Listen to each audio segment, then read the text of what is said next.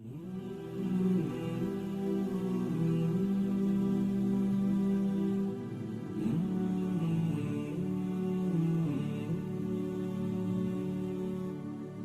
ابو ذر غفاری رضی اللہ تعالیٰ عنہ کے تو حالات بیان کرنے کے لیے بڑا پتھر کا دل چاہیے، اتنے سوز و گداز والی زندگی ان کی۔ ہاں، جامعہ ترمذی میں حدیث ہے، نبی صلی اللہ علیہ وآلہ وسلم نے ارشاد فرمایا کہ اس نیلی چھتری کے نیچے ابو ذر غفاری سے سچا انسان کوئی نہیں ہے۔ کون کہہ رہا ہے؟ نبی صلی اللہ علیہ وآلہ وسلم، جو خود صادق اور امین ہے۔ اور جامعہ ترمذی میں ایک اور حدیث ہے، نبی علیہ السلام نے فرمایا کہ ابو ذر غفاری سے بڑھ کر کوئی عہد وفا کرنے والا اور زہد میں میری امت میں نہیں ہے، یہ میری امت میں عیسیٰ ابن مریم کی مثل ہے، ابو ذر غفاری۔ اور عیسیٰ ابن مریم وہ ہیں جن کے بارے میں روایتوں میں آتا ہے کہ وہ دنیا سے اتنے زاہد تھے کہ وہ برتن میں پانی بھی نہیں پیتے تھے، وہ کہتے تھے یہ دنیا کا مال ہے، اپنے ہاتھوں میں پانی پیا کرتے تھے، یعنی دنیا کو 3 طلاقیں دی ہوئی تھی۔ تو نبی علیہ السلام فرمایا میری امت میں سیدنا عیسیٰ ابن مریم کی مثل زہد میں ابو ذر غفاری ہیں۔ یہ لفظ ہے ابو ذر غفاری، غفاری نہیں ہے لفظ، غفاری زیر ہے اور فا کے اوپر تشدید بھی نہیں ہے۔ ابو ذر غفاری رضی اللہ تعالیٰ عنہ علیہ السلام نبی علیہ السلام کے لاڈلے اصحاب میں سے تھے۔ صحیح بخاری میں ان کے قبول اسلام کا پورا واقعہ موجود ہے۔ ان تک جب دعوت پہنچی کہ اس طرح ایک پیغمبر آئے ہیں مکے کی سرزمین میں جنہوں نے دعوی نبوت کیا، تو یہ انہوں نے پہلے اپنے بھائی کو بھیجا کہ خیر خبر لے کے آؤ، تو انہوں نے بتایا ہاں اس طرح ایک شخص ہے۔ پھر یہ خود رخت سفر باندھ کے نبی صلی اللہ علیہ وآلہ وسلم کی خدمت میں حاضر ہوئے مکہ شریف میں۔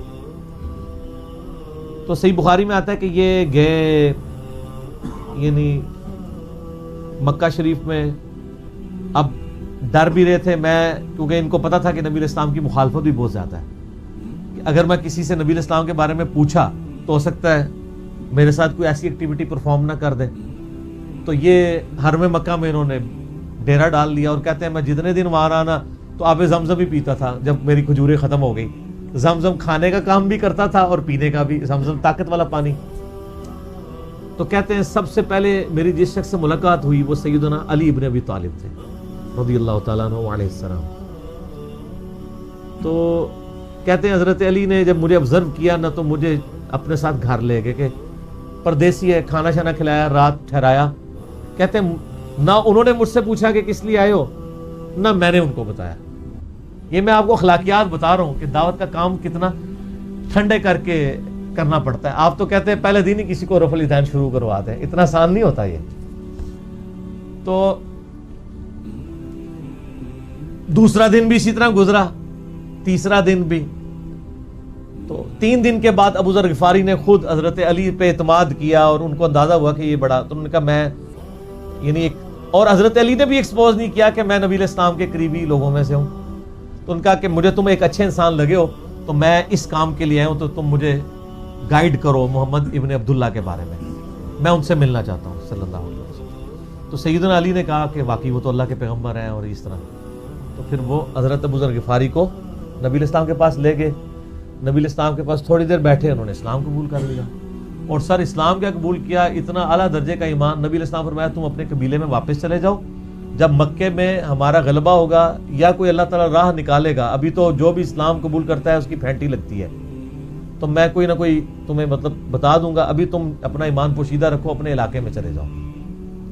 ان کا یا رسول اللہ ایسے نہیں ہو سکتا۔ وہ جناب آگے مکے خانہ کعبے کے اندر آ کے انہوں نے کہا میں گواہی دیتا ہوں کہ اللہ ایک ہے اور محمد صلی اللہ علیہ وسلم اس کے رسول ہے۔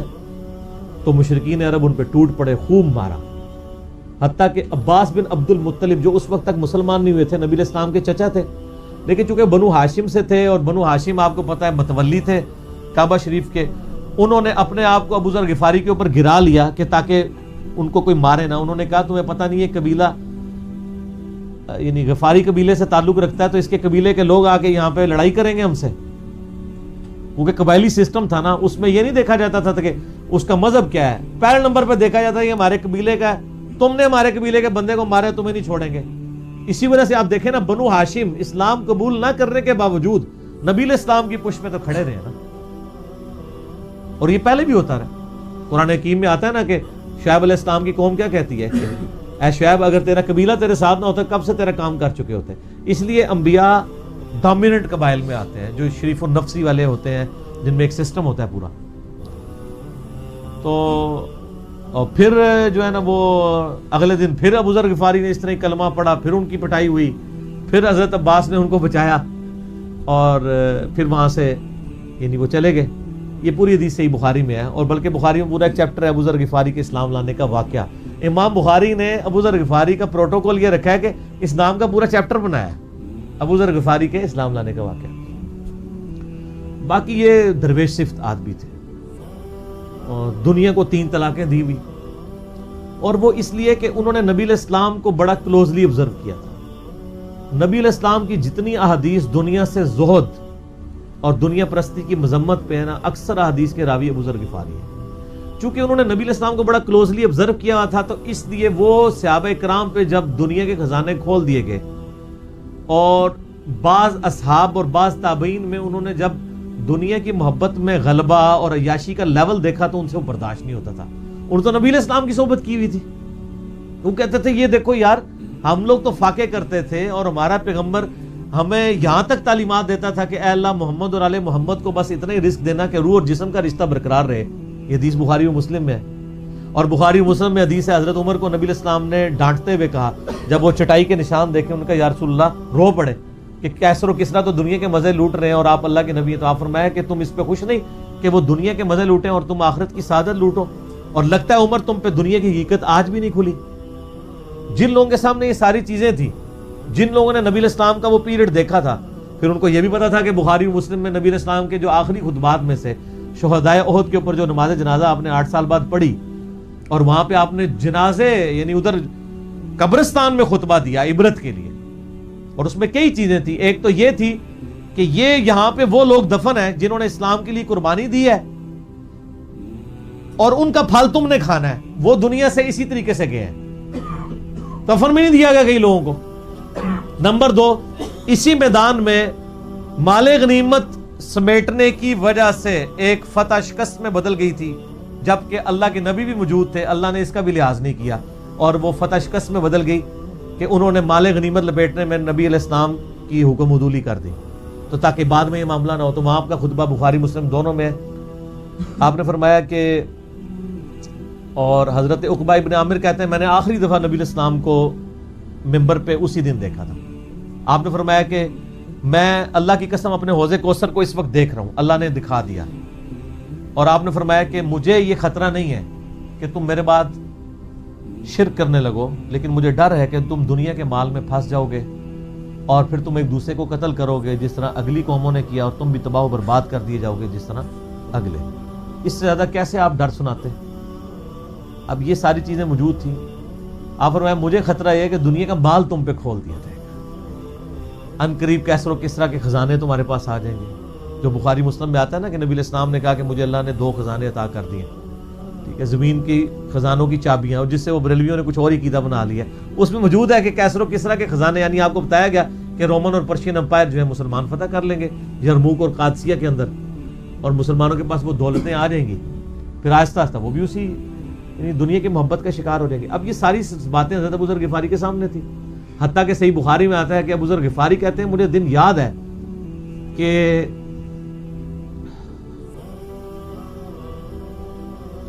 نبی علیہ السلام نے فرمایا کہ ابو ذر وہ احد پہاڑ دیکھ رہے ہو؟ تو کہتے ہیں میں نے احد پہاڑ کی طرف دیکھا اور میں یہ سوچ رہا تھا کہ ابھی مجھے آپ کسی کام کے سلسلے میں وہاں بھیجیں گے، دن کا وقت تھا، تو میں اپنے ذہن میں یہ اندازہ لگانا شروع کر دیا کہ کوئی کام بتائیں گے تو میں یہ پہنچ کے واپس کتنی دیر میں آؤں گا، لیکن آپ نے یہ بات نہیں کرنی تھی۔ آپ نے فرمایا کہ اگر یہ سارا پہاڑ جو کئی کلومیٹرز پہ پھیلا ہوا ہے، آج بھی احد پہاڑ موجود ہے مدینہ شریف میں، مسجد نبوی سے بھی نظر آتا ہے، اور جو شہدائے احد کا قبرستان ہے اس کی بالکل بیک سائڈ پہ کئی کلومیٹرز پہ پھیلا ہوا، اگر یہ سارا سونے کا ہو تو آپ علیہ السلام فرمایا کہ میں سب کا سب اللہ کی راہ میں فوراً شام سے پہلے خیرات کر دوں، اپنے پاس میں 2 یا 3 دینار ہی رکھوں صرف، یعنی جو ٹوٹل زندگی گزارنے کے لیے سب خیرات کر دوں۔ اب مجھے بتائیں، جن لوگوں نے، یہ ابو ذر غفاری راوی، جن لوگوں نے یہ حدیثیں حضور سے سنی ہوئی تھی، جب وہ یہ دیکھتے تھے کہ رومن اور پرشین امپائر کے گرنے کے بعد جب مسلمانوں کے پاس خزانے آئے ہیں اور حضرت عثمان کے دور میں لوگوں کے لاکھوں روپے آج کے وظیفے لگ گئے ہیں گھر بیٹھے، وہ بھی انہی عیاشیوں میں پڑ گئے ہیں، تو ان کو یہ چیزیں ہضم نہیں ہوتی تھی، تو یہ شام ہجرت کر گئے تھے۔ نبی علیہ السلام نے پہلے ہی کہا تھا، المستدرک الحاکم میں تو ڈیٹیل موجود ہے۔ یہاں پہ میں آپ کو ضمن بتا دوں، اکثر لوگ صحابہ کرام کے حالات و واقعات کے بارے میں پوچھتے ہیں، مطلب پوری زندگیاں لگ جائیں تو وہ واقعات بیان کرتا رہے انسان، ختم نہیں ہوتا۔ اس میں 3 بڑی کتابیں ہیں جو یعنی اہل سنت کے ائمہ نے لکھی ہیں۔ اس میں جو ٹاپ آف دا لسٹ کتاب ہے وہ ہے اسد الغابہ، امام ابن اثیر المتوفی 630 ہجری نے 8000 صحابہ کے حالات و واقعات جمع کیے ہیں اس کے اندر۔ یہ اردو میں ترجمہ ہو چکا ہے شرح کے ساتھ۔ اس کی شرح لکھی ہے الاصابہ، امام ابن حجر اسقلانی نے، المتوفی 852 ہجری۔ 8000 صحابہ کے حالات و واقعات، یہ سب سے بڑا ذخیرہ ہے ہمارے پاس۔ اسد الغابہ کی شرح الاصابہ، اور ایک اور کتاب ہے امام ابن عبد البر المتوفی 463 ہجری، الاستیاب ان کی کتاب ہے، وہ ابھی اردو میں ٹرانسلیٹ نہیں ہوئی ہے۔ اور اس کے علاوہ فضائل صحابہ جو چیپٹر ہیں بخاری میں، مسلم میں، وہ آپ کو چند ایک واقعات ملیں گے ڈیٹیلڈ۔ آپ کو المستدرک للحاکم میں جو 4تھی اور 5ویں جلد ہے نا، جو اردو ترجمے والی بریلویوں نے چھاپی ہے، وہ تو ساری ہے ہی صحابہ کرام کے بارے میں، اور ڈیٹیلڈ حالات ہیں۔ ابو ذر غفاری کے بارے میں بھی آپ کو آلموسٹ جتنی میں حدیثیں بیان کر رہا ہوں آپ کو مل جائیں گی اس میں یہ حدیث نبی علیہ السلام نے، یعنی یہ حدیث ہے المستدرک للحاکم میں صحیح سند سے، کہ فرمایا آپ علیہ السلام نے کہ ابو ذر تیرا کیا حال ہوگا جب تو بھوسا لوگوں میں رہ جائے گا، اور آپ نے یوں انگلیاں ڈالی۔ اور ابو ذر غفاری کا انتقال 32 ہجری میں ہوا ہے حضرت عثمان کے دور میں۔ یہ بات عبداللہ بن عمر بن عاص کے بارے میں نہیں کہی تھی؟ وہ بھی ہے، وہ تو صحیح بخاری میں ہے۔ عبداللہ بن عمر بن عاص کو نبی علیہ السلام نے فرمایا تھا کہ تو بھوسا لوگوں میں رہ جائے گا۔ سیم الفاظ حضرت ابو ذر غفاری کے بارے میں حاکم میں ہے، آپ مستدرک الحاکم کا چیپٹر کھول لیں۔ وہ تو یزید کے دور تک گئے تھے نا، یہ حضرت عثمان غنی کے دور میں بہت ہوئے ہیں۔ یعنی حضرت عثمان غنی برے نہیں تھے نعوذ باللہ، یعنی ان کے دور میں عیاشی کا لیول لوگوں کا یہ ہو گیا تھا۔ تو یہ یعنی اس میں پھر حدیث میں الفاظ ہیں، نبی علیہ السلام سے پھر انہوں نے کہا یا رسول اللہ میں کیا کروں، تلوار اٹھا لوں؟ آپ فرمایا صبر کرنا اور اپنی زبان سے تم حق بات کی تلقین کرتے رہنا، پھر آپ کو حاکم میں ملے گا۔ نبی علیہ السلام فرمایا کہ ان قریب تمہیں مدینے سے نکال دیا جائے گا، شام چلے جاؤ گے وہاں سے بھی نکال دیا جائے گا۔ اور سر ایک بڑی دردناک حدیث ہے ابو ذر غفاری کے پاس، وہ حاکم میں ہی ہے، المستدرک الحاکم میں۔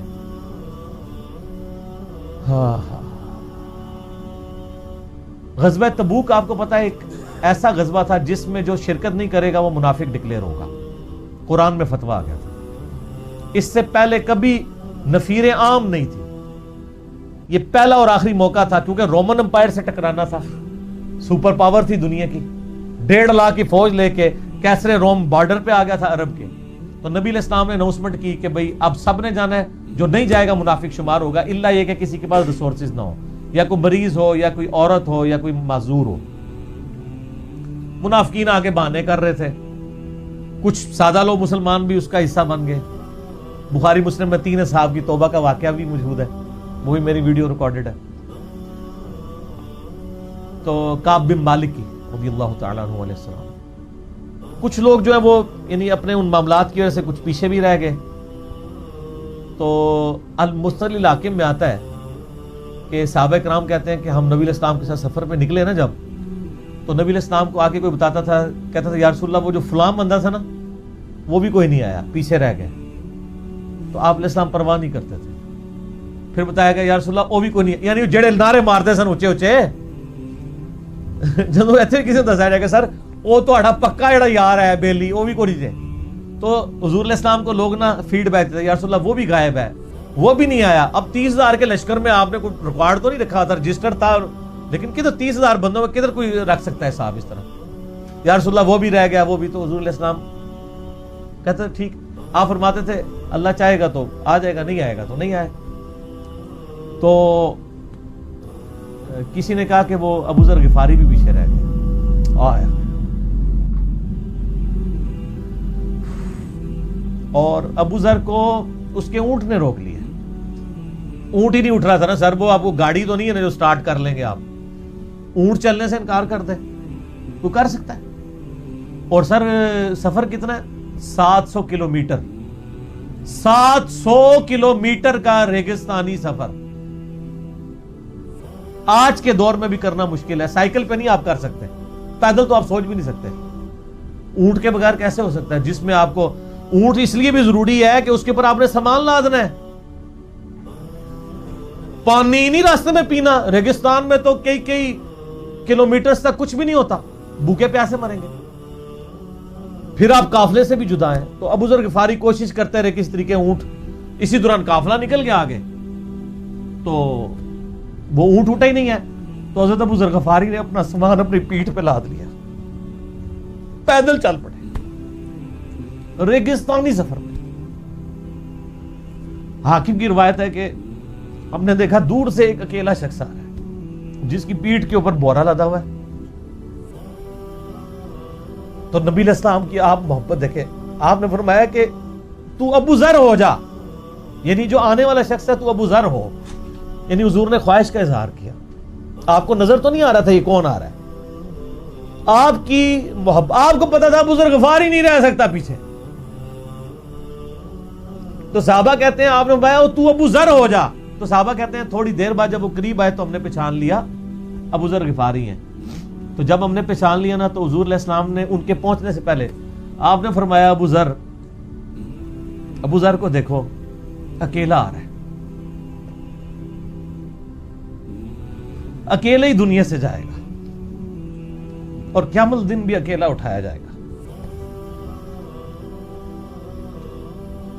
دنیا سے کیا کہہ رہے گے؟ صحیح بخاری میں آتا ہے کہ حضرت عثمان غنی رضی اللہ عنہ کے دور میں چکے, یہ اس حدیث کا بھی کچھ حصہ باقی ہے, میں بعد میں بیان کروں, پہلے میں اس کو کنکلوڈ کر لوں. کہ صحیح بخاری میں آتا ہے کہ حضرت ابو ذر غفاری شام چلے گئے تھے, وہاں پہ چونکہ گورنر تھے حضرت معاویہ رضی اللہ تعالیٰ عنہ.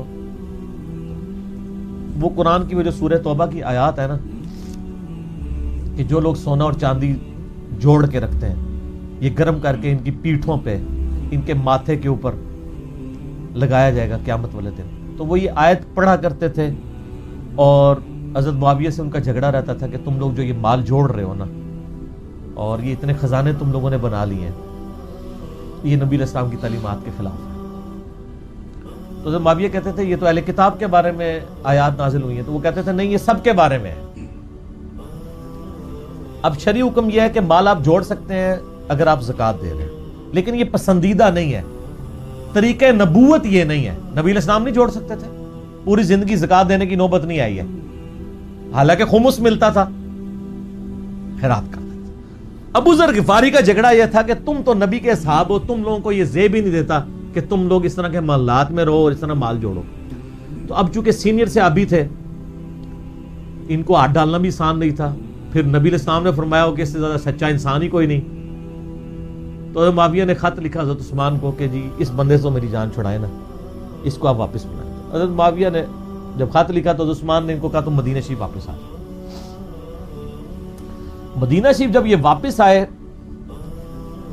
تو صحیح بخاری میں آتا ہے کہ لوگوں کا جھمگٹا لگ گیا ابو ذر غفاری کے گرد. لوگوں کو پتا تھا یہ تو بڑا یعنی زہد والا بندہ ہے. تو ابو ذر غفاری وہی حدیثیں سنایا کرتے تھے کہ حضور نے فرمایا یہ اوت پہاڑ سونے کے برابر ہو تو میں خیرات کر دوں گا. جبکہ باقی صاحب کہتے تھے کہ مال جوڑنا جائز ہے اگر زکوٰۃ کوئی دیتا رہے. وہ یہ کہتے تھے کہ یار یہ تم لوگوں کو تو زیب نہیں نہ دیتا, یار تم لوگ تو یہ باتیں نہ کرو, تم لوگ نبی کی صحبت یافتہ ہو, تم لوگوں کو تو زہد ہونی چاہیے تم لوگوں کی زندگی میں. اب لوگوں کا ہجوم ان کے گرد لگ گیا اور پھر حضرت عثمان نے ان کو خلیفہ وقت بلایا اور کہا کہ یار تو خود ہی مدینہ شریف چھوڑ کے یہاں سے چلا جا، تیری وجہ سے فتنہ کھڑا ہو گیا۔ حضرت عثمان نے کہا میں نے تو نبی علیہ السلام سے سنا تھا کہ حکمرانوں کی اطاعت کرنا، صبر کر لینا۔ تو ایک زبدہ نامی کا ایک گاؤں تھا مدینہ شریف کے پاس، شہر سے ہٹ کے، تو وہ پھر وہاں پہ ہجرت کر گئے۔ آپ دیکھیں ریونج کیسا تھا، لوگ کتنے ڈرے ہوئے تھے کہ ابو ذر اپنی بوڑھا شخص 80-90 سال کا بابا اپنی ایک بڑھیا بیوی کو لے کے اس عمر میں شہر بدر ہو رہا ہے اکیلا۔ آج نہیں آپ سوچ سکتے کسی جگہ آپ اکیلے جا کے پڑاؤ کریں، کسی بیابان کے اندر، ریگستان کے اندر۔ اس زمانے میں آپ سوچ رہے، آج کل بھی آپ مدینہ شریف کے گر چلے جائیں تو آپ وہاں نہیں ایک رات بھی نہیں گزار سکتے۔ تو کوئی شخص حضرت ابو ذر غفاری کو سی آف کرنے نہیں آیا سوائے حضرت علی کے، اور وہ بھی مدینے کی باؤنڈری تک آئے۔ ان کو پتا تھا ان کے سٹانس کے بارے میں، اور حضرت علی نے ان کو جب سی آف کیا تو کہا کہ میں چونکہ حکمران وقت کی اطاعت کا پابند ہوں، میں مدینے کی باؤنڈری سے باہر نہیں جاؤں گا۔ اگر مجھے کوئی اس طرح کا یعنی حکم اجازت مل جاتی تو میں تیرے ساتھ جاتا۔ ایران والوں نے حضرت علی علیہ السلام کے زندگی کے آخری 10 سال کے اوپر ایک فلم بنائی ہے، امام علی علیہ السلام۔ اس میں ابو ذر غفاری کے سارے واقعات انہوں نے فلمائے ہیں سر، دیکھنے والے۔ جب مولا علی چھوڑنے آتے ہیں، پھر جو ان کی ڈیبیٹس ہوتی ہیں مدینہ شریف میں لوگوں کے ساتھ، وہ ساری انہوں نے ویڈیو میں فلما دی۔ پھر یہ چلے گئے وہاں پہ رہنا شروع ہو گئے۔ اب اس حدیث کی طرف واپس آ جائیں جو فرمایا آپ علیہ السلام نے اکیلے ہی مرے گا۔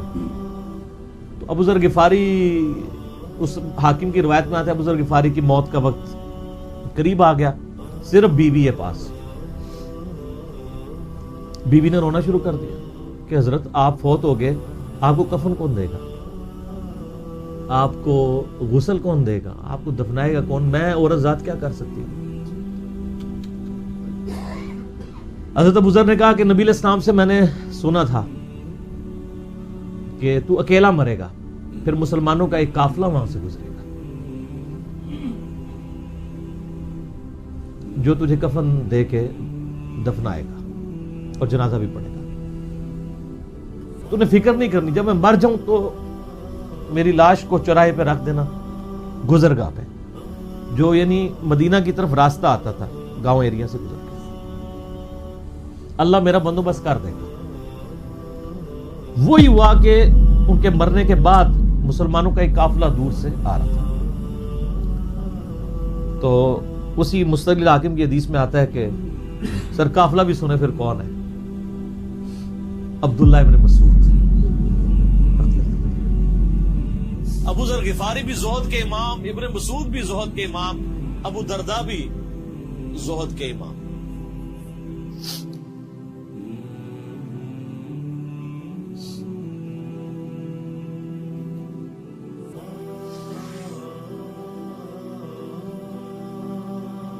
ابن مسعود رضی اللہ تعالیٰ عنہ جب وہاں پہ رکے، ان کو تو نہیں پتا تھا یہ کون ہے، تو انہوں نے کہا بی بی کیا ہوا؟ انہوں نے کہا میرا خامند مر گیا ہے۔ انہوں نے کہا یہ کون ہے؟ تو انہوں نے کہا ابو ذر غفاری۔ عبداللہ ابن مسعود کی چیخ نکلی، چیخ ماری انہوں نے، ان کا واہ۔ اللہ کے نبی نے فرمایا تھا کہ ابو ذر اکیلا آ رہا ہے تبوک کے موقع پہ، دنیا سے بھی اکیلا جائے اور قیامت الدن بھی اکیلا اٹھائے۔ یعنی اب اسی سرزمین سے اس نے اٹھنا ہے نا، ہر بندے نے اپنی قبر سے اٹھنا ہے، یعنی مسلمانوں کے قبرستان میں بھی دفن نہیں۔ ایک یہ جو مزار کی رٹ لگائے پھرتے ہیں، میں ان سے پوچھتا ہوں تمہارے باپوں کی کیا اوقات ہے؟ ابو ذر غفاری کا مزار دکھاؤ گے؟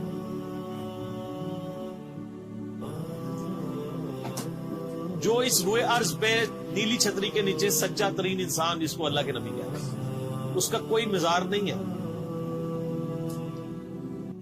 غریب المتنی میں مرا ہے، اس کی قبر بھی ایسی جگہ ہے جہاں مسلمانوں کے پاس قبریں بھی کوئی نہیں ہے.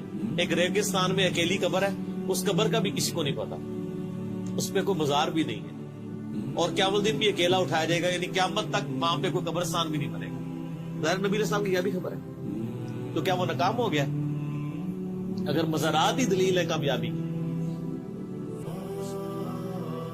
تو عبداللہ ابن مسعود رضی اللہ عنہ نے ان کو غسل دیا، کفن دیا اور دفنا دیا. یہ پوری ڈیٹیلز آپ کو المستدرک حاکم میں مل گئی. تو ابو ذر غفاری ان چند شخصیات میں سے ہیں جن میں پوری امت کا اتفاق ہے ان کی نیکوکاری کے اوپر.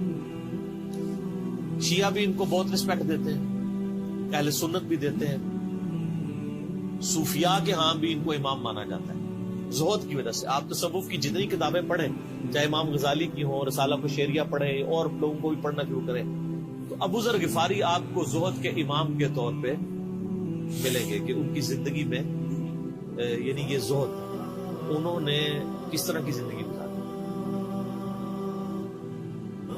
سر لوگ مجمع میں مرتے ہیں، ان کو یاد کوئی نہیں کرتا. اور ابو ذر غفاری کو آج بھی دنیا یاد کرتے، ہم بھی یاد کرتے رضی اللہ تعالیٰ علیہ السلام.